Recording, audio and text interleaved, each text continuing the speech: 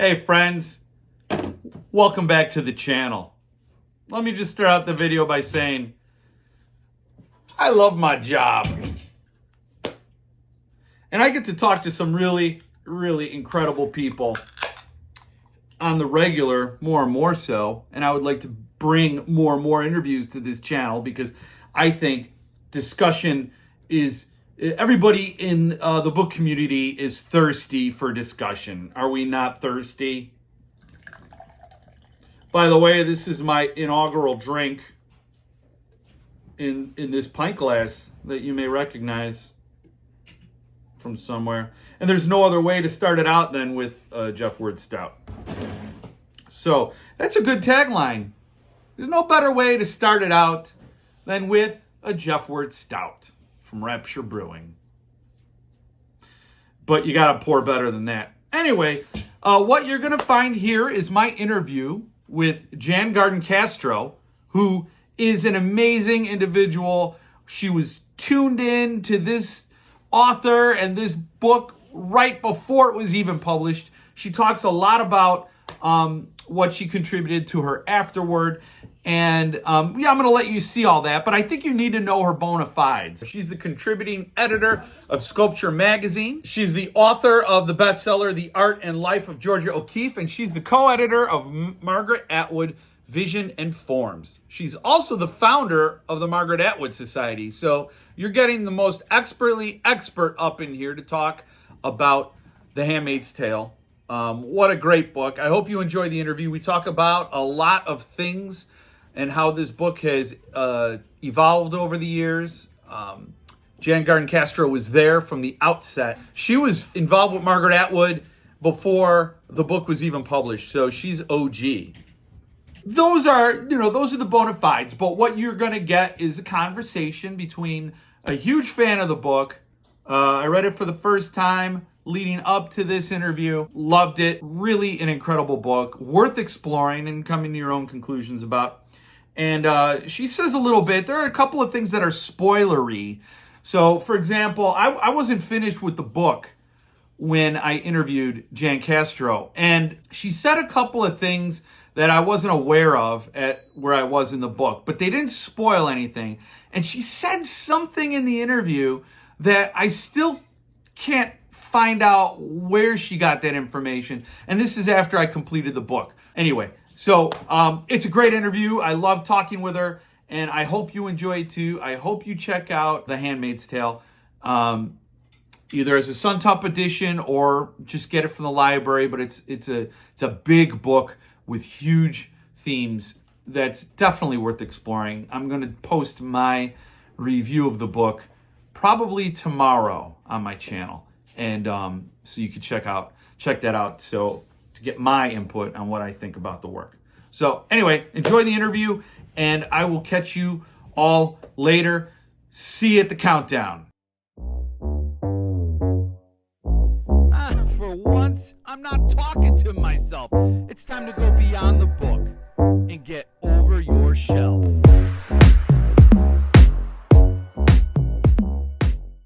So welcome everybody. Today we're talking about The Handmaid's Tale, a big book that I think is going to get a lot of people excited. The tease we saw last week, the short little teaser video, and I think everybody's guessed it. But now that we get to talk about it, it's a lot of fun. And today I'm talking with Jan Castro, and she wrote the afterword for this book, which is kind of a monumental feat, in my opinion, because this book is so celebrated, so talked about, so discussed, that it's almost at this point, what hasn't been said? So we'll talk about that in a minute and get your insight into how you would approach such a thing for this book. So hello, I don't know if you want to introduce yourself or say a little bit about your background and maybe what brought you to being a Margaret Atwood expert. I could do that very briefly.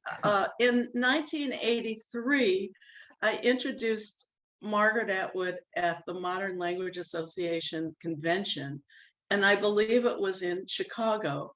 In 1984, I founded the Margaret Atwood Society.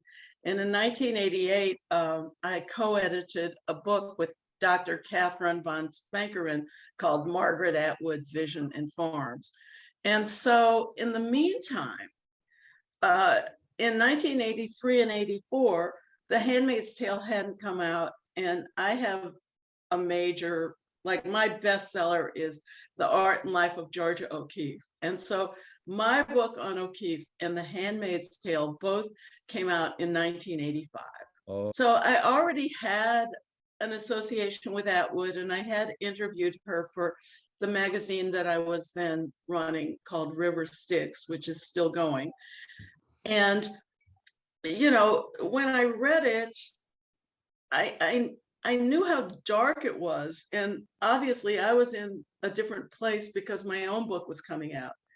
And when I went back to write the afterword, I realized how many things had been happening during that period of 83, 84, and 85 that are still with us and that are also in some ways tragic and horrific. And I just found a new factoid today that's not in my afterword, if you want to hear it. Sure, yes, for sure. I mean, so I was looking up Amy Coney Barrett because I knew she was a conservative Supreme Court judge, and I knew that the women's right to their own bodies is in danger in the Supreme Court. And it turns out that not only was she, you know, a conservative judge before she became a Supreme Court judge, but she was also leader of the Christian lay movement, People of Praise, where she was a, quote, handmaid, the highest position a woman could hold in the People of Praise movement. So that's from Wikipedia. And, you know, so it's terrifying to me, the degree to which, and we're talking today on the anniversary of the storming of the United States Capitol. And that too is in The Handmaid's Tale. And, you know, the Atwood book is just, first of all, the minute I was asked, I really just got engaged. And in addition to my afterword, there are resonances all around us of why this book was important. And one other thing that is kind of interesting is that Atwood, you know, was in Germany at the time that she wrote this, and the Berlin Wall hadn't fallen yet. And so she traveled to East Germany, where she picked up some of the, you know, suspicious, the nuanced behavior of people who are living under authoritarian control. And so the dark mood of The Handmaid's Tale came both from the fact that she was living in Berlin, but also from the fact that she had studied Puritan history and witchcraft, you know, in America at Harvard with a professor named Perry Miller. And one of her relatives was half hanged as a witch. So you'll read about that in my afterword. Wow. And so part of the magic and difficulty of The Handmaid's Tale is that the setting is actually Harvard Yard, and many of the events that are pictured take place in America, as well as from clippings that Atwood found. And the other thing that Atwood said that was kind of important was she decided to write a novel that captured the nightmare of history, so that everything she put into it was true to some degree at some time in history. But the fact that, you know, that she spun it so well into a narrative that doesn't literally, it points fingers because you can start to identify who the characters are in the novel, but it also, she knows how to tell a good story, and she knows how to withhold forming judgments. You know, she lets the reader become involved, become engaged. And, you know, my takeaway is that she's telling this from a woman's point of view, of Right. a woman who's been, you know, basically kidnapped and coerced into being a handmaid. Yeah. So I think, my coming to this book, of course, the first thing I knew about it was the series, right? So The Handmaid's Tale comes out. I thought it was just written. I had no idea. So when I was learning about it, obviously everybody injected their political take into it. And I don't like reading books that are heavy-handed with an agenda, right? So this was the first time it was a Suntup was announced that I was like, oh, okay. But I wanted to read it to get it. I'm blown away. I mean, it is a really, really chilling book. And I think there's a lot of foresight on Atwood's part with the compu checks and how money becomes it's not paper currency anymore. digitized, yeah. Yeah, and it's all these fingers of a totalitarian government, of some bigger institution, just circling around the people before this squeeze and the fake news and the control of power through knowledge, through the written word, and how taboo.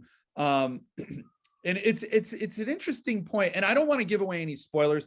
In fact, this is the copy I'm reading, and I am just cruising my way through. Haven't gotten to the end yet, but I'm definitely propelled faster and faster as I go. But one thing is interesting is, and this isn't spoiling much, or anything really, but there's a interesting parallel, and I wonder what you think about this, that Atwood draws between the book burning that she attended with her mother at a protest. Maybe I'm misremembering it. Was her mother part of a group that was burning magazines? I have no idea what you're talking about. Okay. So that's something, are you talking about something in the novel? Yeah. As a child, of Fred is at a protest with her mother and her friends, and she throws like a dirty magazine onto a burning fire. And I thought that was funny. It's like, to me, it said, be wary of, probably, like, there's really no good or bad side. There's really no good side to censorship, and how when you control the message, you control the power, and then you can abuse the power. I didn't know if that was anything that was sort of a foreshadowing event, because a lot of things in the book sort of follow who controls the knowledge controls the power. Again, I thought it's amazing what she accomplished, with the same way that 1984 was visionary in so many ways.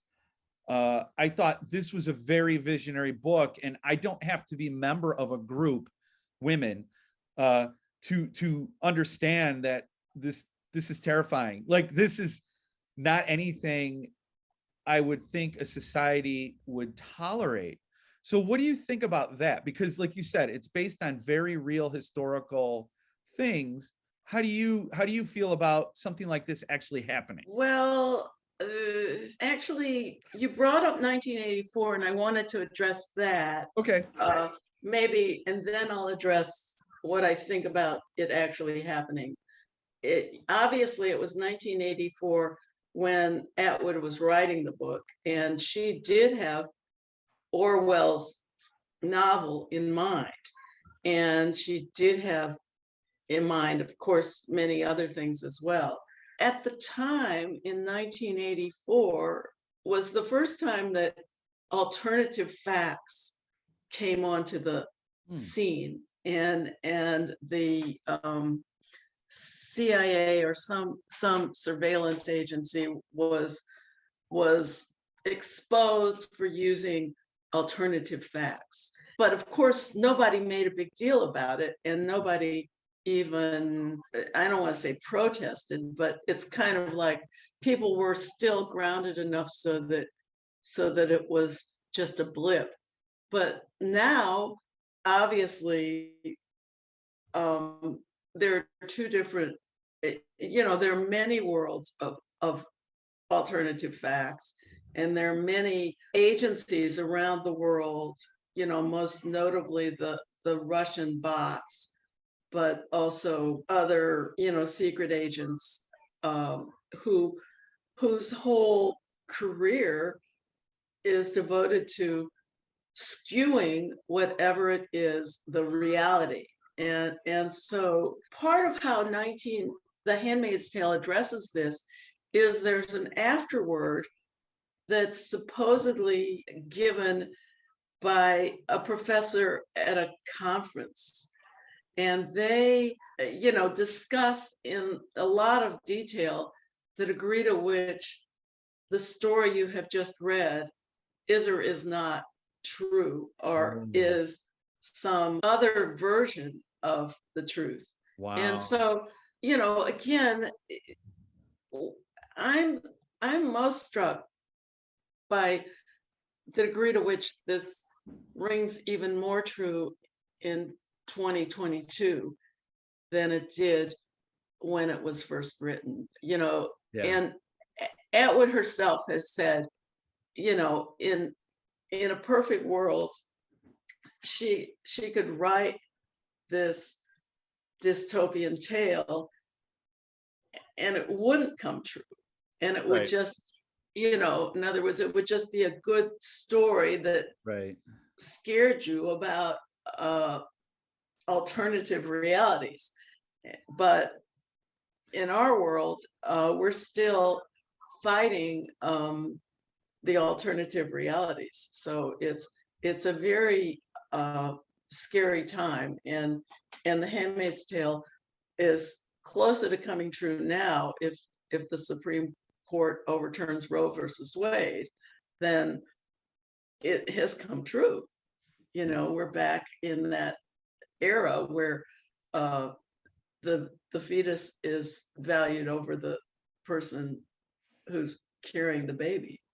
It's stark because so much of that, it's a great thing that books like these are published and they're in print, because I always get so worried about when information starts to be fungible, when it starts to be behind a paywall or in some sort of transmutated state where you can manipulate it, you could change it without ever getting your hands dirty. You have people doing it. So I love that things can, like 1984, like Handmaid's Tale, Fahrenheit 451, all these books are published and printed, and we have them as a warning. And even the authors who think, nobody needs to worry about this, but this was a feeling, and I know some of it came from the Iranian Revolution, some of it was the moral majority, and some of those things that birthed this idea were grounded in reality, as you pointed out. But yeah, I think none of us imagined a wall in our city dividing it and cutting us off. Nobody imagined information being now limited and held. And it's interesting because an author, Josh Malerman, just came out with a book called Ghoul in the Cape, and it's a very hard book to categorize. But if these were warnings, then Josh Malerman's Ghoul in the Cape was a response to what he saw as political division, and even worse, apathy and indifference, where people sort of accept ignorance as an escape and just allow themselves to be uninformed. So yeah, I'm a reader, and I love the written word, and I love when people reach out with these sort of an eternal message. Don't let your guard down, be vigilant, and these things don't have to repeat. But it's so crazy. It just seems like things are inevitable. It seems like it's cyclical, and that's scary to me. And how do you think the conversation around this book has changed? Because 1985 was an entirely different world than 2022. And in those years, I think like you said, people look back at this book with a different appreciation for it. So how has that conversation evolved from what you've seen? I think it's very interesting that Atwood's audience has grown, and has had over 8 million readers. But at the same time, other book and movie and TV audiences have grown even more larger. So there's there's a reluctance, let's say, for people to pick up The Handmaid's Tale, because it suggests that it might have something to do with a female, and some some readers just prefer a male protagonist. So it's interesting.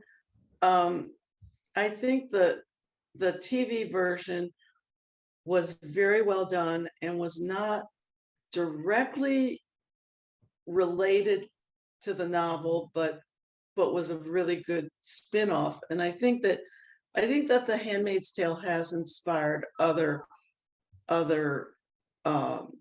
spin-offs and directions. And so I don't think that quite answered your question, but it's interesting, to me, that it's such an engaging novel. It's more engaging than its subject, let's put it that way. I think it's just really gets you involved in the scenarios and the dilemmas that are spun out. Oh, it's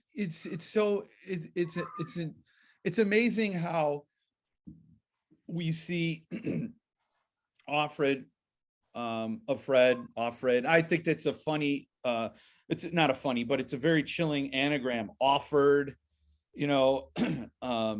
there's just so much about that name that's incredible. But her wrestling with her own name, her wrestling with her past, her trying to make herself fit into this world out of just survival.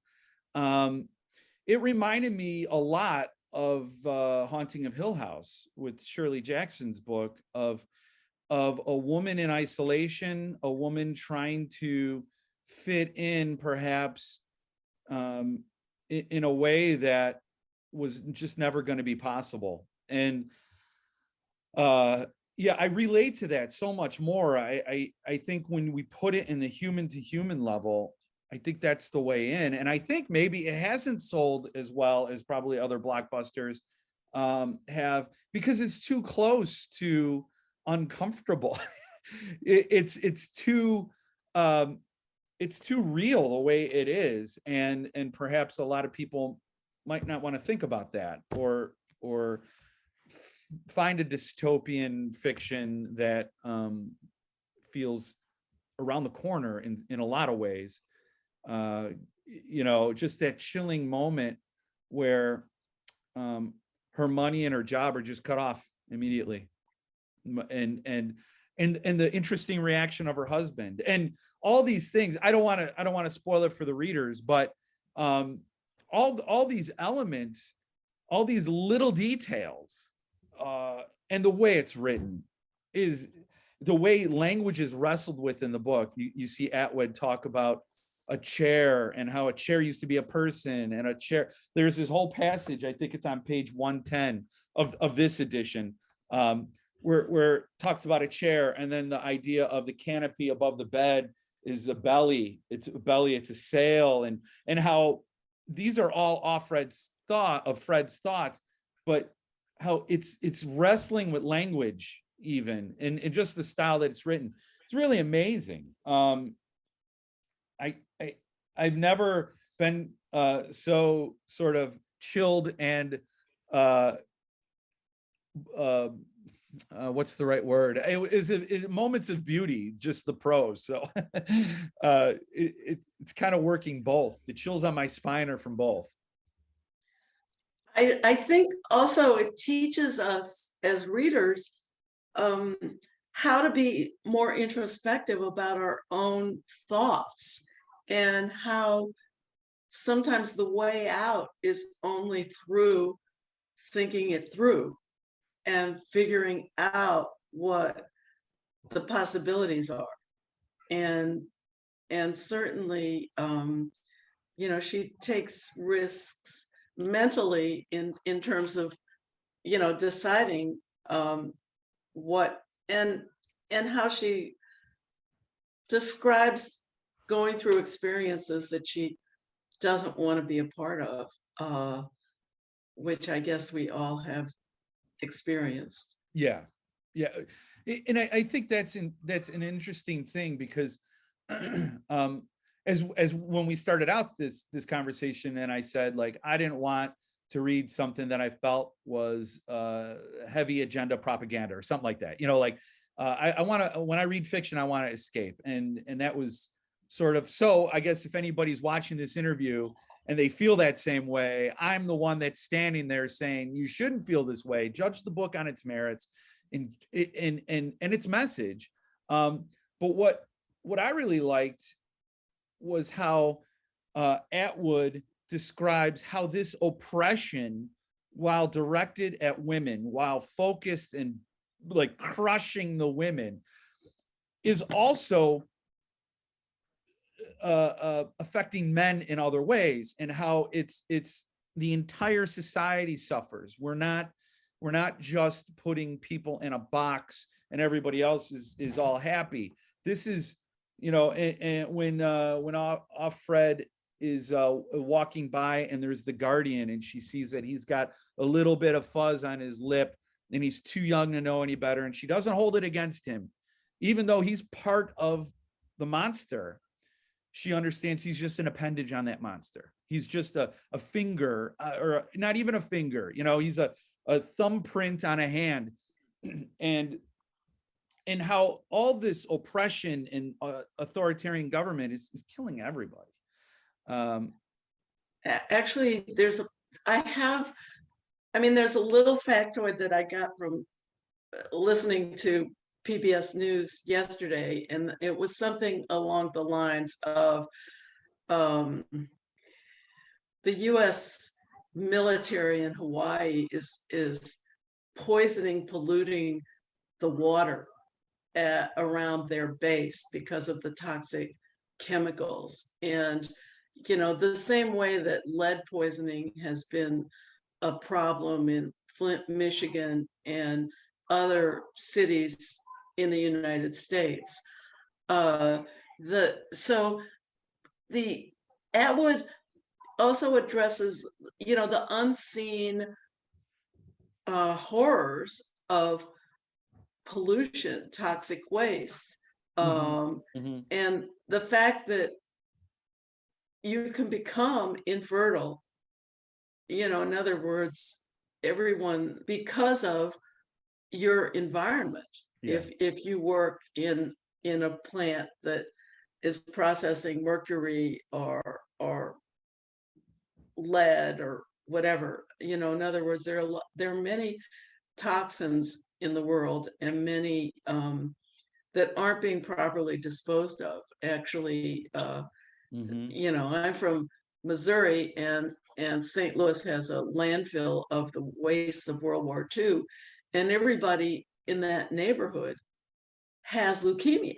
Oh. And the same way that 3 Mile Island happened around that time. I don't know what year exactly 3 Mile Island was, but in other words, it's not just women, but also men who are affected by, in other words, she kind of slips it in, because this isn't a book that makes any judgment calls about the environment, but she just slips it in that, some of the ugly women are sent to work at toxic waste dumps. Yeah. And so their Yeah. life is going to be very short. Right. And so it's almost kind of a, again, she's not lecturing, but she's just kind of pointing out that we are what we eat, and we are affected by the Mhm. environment that we live in. Yeah, and you're right. I would never in a million years call this book preachy. And it all feels very organic, as far as it feels very organic, and as far as like this feels like a natural outpouring of this thing, and it does feel very believable. And I would love to have gone back in time. I mean, I was a kid in 1985, but I would have loved to have gone back in time and read it then, because as I'm reading it now, I think words like CompuCheck and CompuBank are very outdated and heavy-handed as far as this is where computers are going to take us. But at the time, it is absolutely visionary. It is at the time talking about fake news and controlling the narrative, and all these things are absolutely visionary, in a way that I don't think I would have appreciated in 1985. Well, and again, I was there, and it's it the world was, I was so young, and the world was going by so fast that I didn't see all of the things that Atwood kept clippings from around the world that are in the Fisher Library at the University of Toronto. So all of her sources are, in a library somewhere. But the whole way that she weaves her tale is really what is compelling, and the beauty of the language. Oh, And it is, and of course, she has a family herself, and she's and so the whole love of being a mother and being able to choose your spouse, and being, yeah, in other words, it starts out that she is in a committed relationship with a child. yeah, So yeah. that is torn from June, who is renamed Ofred. Mm-hmm. And yeah, no, it's hopefully it's fiction, and then we're going to live to appreciate it As and a warning, see a better and not, day. yeah. Yeah, Because I will hopefully. say, if this book ever goes away, it's not going to be because people discarded it. I mean, it's not going to be because people agreed it should go away. I mean, it's sort of one of those books you could see certain books blinking out of existence before the hand closes, because it's uncomfortable to question authority when that authority is doesn't want to be questioned. But so I'm going to shift gears just a little bit and ask, what do you feel about this book getting a limited edition treatment with all the bells and whistles? What do you think that does for the book, for the readership? What do you think that impact feels like? Good question. I mean, I can't wait to see the book. B, I'm happy to be part of it. And C, it's a very small dot on the map of life. I mean, in other words, those people who get to read the limited edition with the illustrations get something that very few people get. So it's can't wait to see it myself. Yeah, I think it's definitely a book. A lot of people, when Suntup releases a book, they do it a little differently than other publishers. They create a little bit of a teaser element, and actually, as we're talking today, Paul Suntup just released the teaser video, and back in December, he released the announcement schedule, and everybody starts guessing what's the next book, what is the book after that. So a lot of people have already guessed Handmaid's Tale, and there's a lot of excitement over it. I think it'll be very, very interesting to see. There's a very objective and cold way to measure anything, and that's the money, right? So you could see what the market demands for it, how many people want it. Like you said, very few people out of the millions that have sold will have these books in their hands. For me, I think I like it for the intangible element of elevating the book to say this is a worthy book to preserve in some way that people will throw this on a fire a lot faster than that. I mean, I guess any barbarian who wants to censor literature would throw any book equally, but it does elevate, and it's sort of, this book really deserves that special treatment. So for me, that's what I walk away with. And I didn't know this at the time, but when we were talking in email, I actually have the art, and I'll send it to you right after this. Oh, good. I would So you love can to see see it. it. Yeah. And also, it's so special that people care about reading, Right. because, whoever wants to buy the book loves books Right. and loves good books. So seeing something beautifully produced and printed is always a treasure. And, for example, my Georgia O'Keeffe book was printed in Milan, Oh, and it's a limited edition. The first edition is a collector's item. And so it's fun to be the author of a rare book, and it's yeah. fun to be in someone else's rare book. And it's, yes, yeah, I can imagine. I'm sure you had to have really high quality paper for the beautiful artwork and things like that. Yeah, and I could see that has to be a singular thrill for sure to have that. And I will say, in this day and age of back when I used to do such mundane things as commute, to see all the people with their e-readers there. And I used to have a blog, and it's now gone, but I wrote this very snarky blog post about 5 reasons I hated e-readers. And no offense to anybody who's watching this video, this interview, who does that. I think any reading is great. Maybe you have a cluttering problem and you want to keep your library on your thing. That's fine. But one of my points was, ever hear of a book called 1984?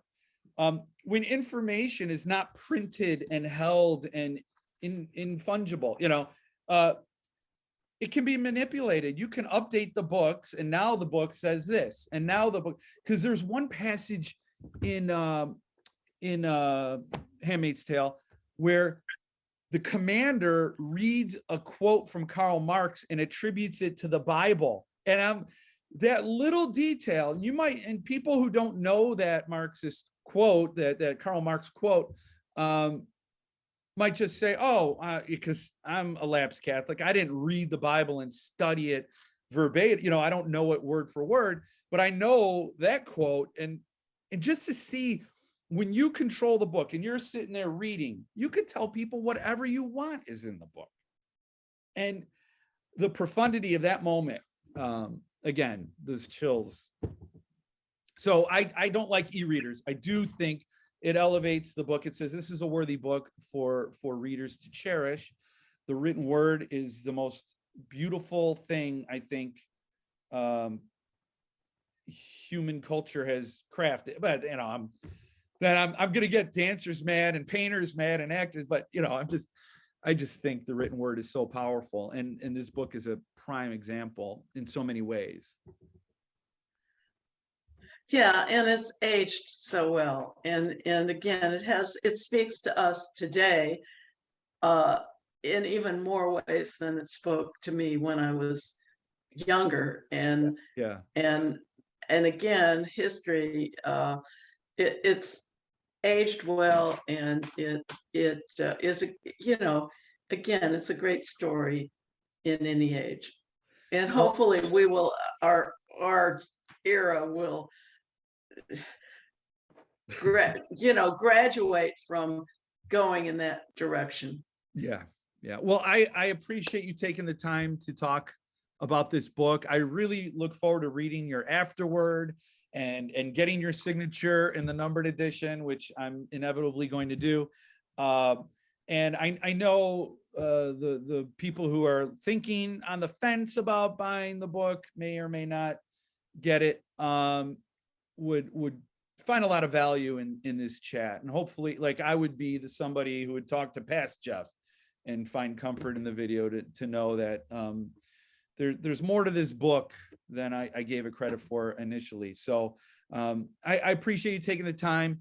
I look forward to the afterword, and yeah. So is there anything you'd like to say that you didn't get to say yet? Jeff, it was great talking to you. I'm very excited to see the book myself. I can't wait. I can't wait to see this beautifully printed book. Well, I'll send you the artwork right after this, and Good. and I wish you the best. So again, thank you, and we'll see you around. Good talking to you. Bye. All right, bye.